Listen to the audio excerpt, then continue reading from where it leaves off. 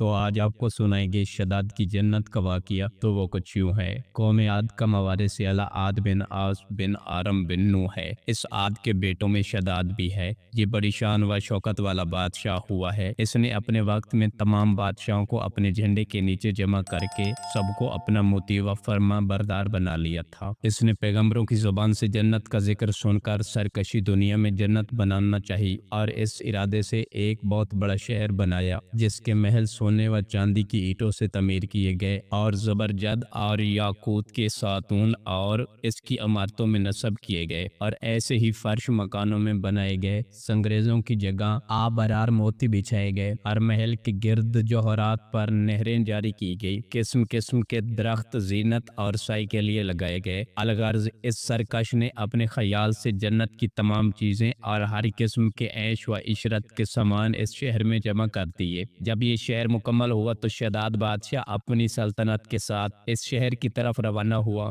جب ایک منزل کا فاصلہ باقی رہ گیا تو آسمان سے ایک ہولناک آواز آئی جس سے اللہ تعالیٰ نے شداد اور اس کے تمام ساتھیوں کو ہلاک کر دیا اور وہ اپنی بنائی ہوئی جنت کو دیکھ بھی نہ سکا۔ تاریخ میں لکھا ہوا ہے کہ حاکم شام معاویہ کے دور حکومت میں عبداللہ بن قلابہ اپنے گمشدہ اونٹ کو تلاش کرتے ہوئے صحرائے عدن سے گزر کر اس شہر میں پہنچے اور اس کی تمام زینتوں اور آرائشوں کو دیکھا، مگر وہاں کوئی رہنے بسنے والا انسان نہ ملا۔ یہ تھوڑے سے جوہرات وہاں سے لے کر چلے آئے۔ جب یہ خبر حاکم شام معاویہ کو معلوم ہوئی تو انہوں نے عبداللہ بن قلابہ کو بلا کر پورا حال دریافت کیا اور انہوں نے جو کچھ دیکھا تھا وہ سب کچھ بیان کر دیا۔ حاکم شام معاویہ نے کعب بن احبر کو بلا کر دریافت کیا کہ دنیا میں کوئی ایسا شہر موجود ہے؟ تو انہوں نے فرمایا جی ہاں، جس کا ذکر قرآن مجید میں بھی آیا ہے۔ یہ شہر شداد بن عاد نے بنایا تھا، لیکن یہ سب عذاب الہی سے ہلاک ہو گئے اور اس قوم میں سے کوئی ایک آدمی بھی باقی نہ رہا۔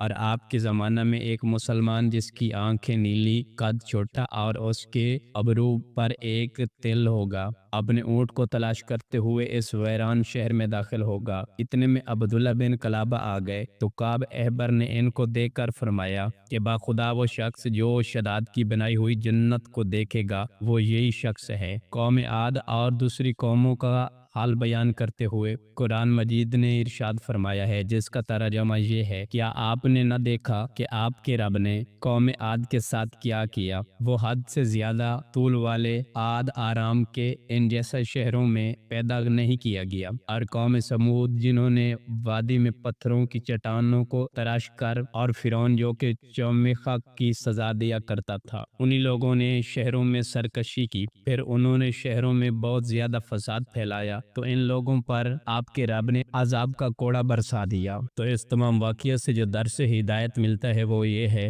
کہ اللہ تعالیٰ کو بندوں کی سرکشی اور تکبر و غرور بعید نہ پسند ہے۔ اس لیے خداوند قدوس کا دستور ہے کہ ہر سرکش اور متکبر قوم جس نے زمین میں اپنی سرکشی اور ظلم و عدن سے فساد پھیلایا ہے، اس قوم کو قہر الہی نے کسی نہ کسی عذاب کی صورت میں زہر ہو کر ہلاک و برباد کر دیا۔ شداد اور قوم عاد کے دوسرے افراد سب اپنی سرکشی اور تکبر کی وجہ سے خدا کے مبغوث ٹھہرے، اور جب ان لوگوں کا ظلم و عدن اس درجہ بڑھ گیا کہ روح زمین کا ذرہ ذرہ ان کے گناہوں اور بد عملیوں سے ابلا اٹھا تو خداوند قہر و جبار کے عذابوں نے اس سب سرکشوں اور ظالموں کو تباہ و برباد کر کے صفحہ ہستی سے حرف غلط کی طرح مٹا دیا۔ لہٰذا ان قوموں کے عروج و زوال اور ان لوگوں کے عذاب الہی سے پامال ہونے داستانوں سے عبرت و نصیحت حاصل کرنی چاہیے، کیونکہ قرآن کریم میں ان اقواموں کے انجام کا ذکر